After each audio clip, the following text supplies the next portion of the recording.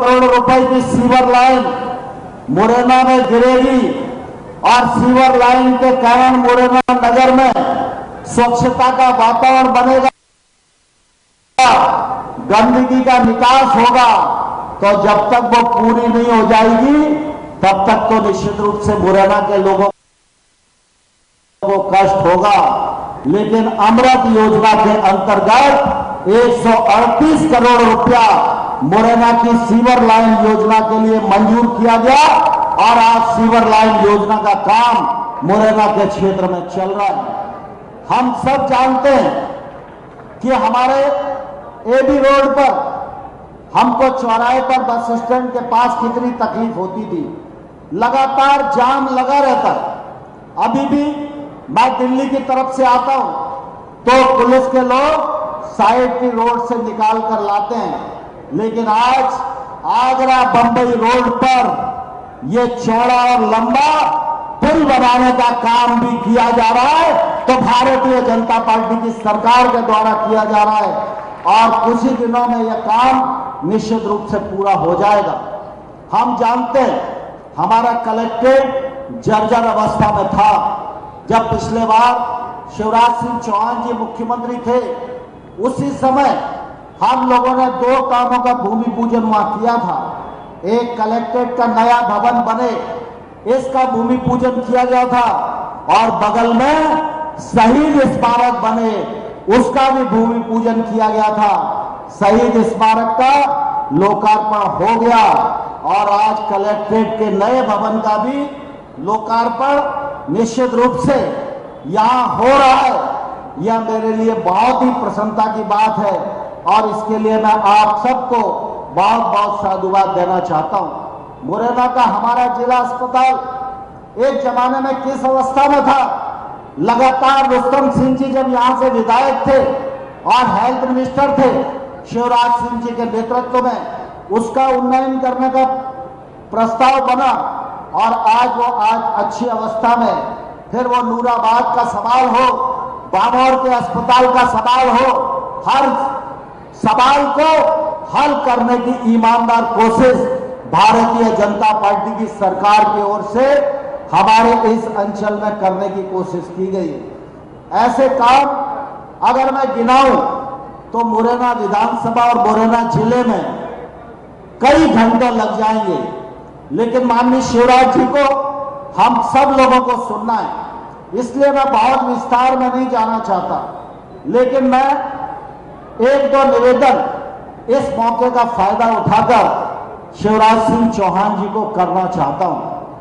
शिवराज जी, आप सबको ध्यान है जब मैं पहले सांसद था उस समय आप यहां आए थे और आपने पंडित राम प्रसाद बिस्मिल संग्रहालय का लोकार्पण किया था और उसी समय सांसद निधि के कुछ पैसे हम लोगों ने अटल बिहारी वाजपेयी सभागार के लिए आरक्षित किए थे, लेकिन उसके पश्चात वो काम पूरा नहीं हो सका।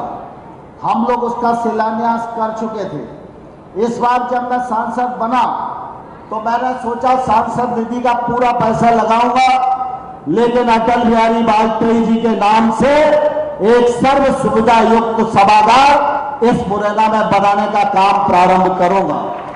लेकिन इस बार कोरोना का संकट आया और आप सबको मालूम है नरेंद्र मोदी जी ऐसे नेता नहीं है जो दूसरों को उपदेश दें और स्वयं वो काम नहीं करें।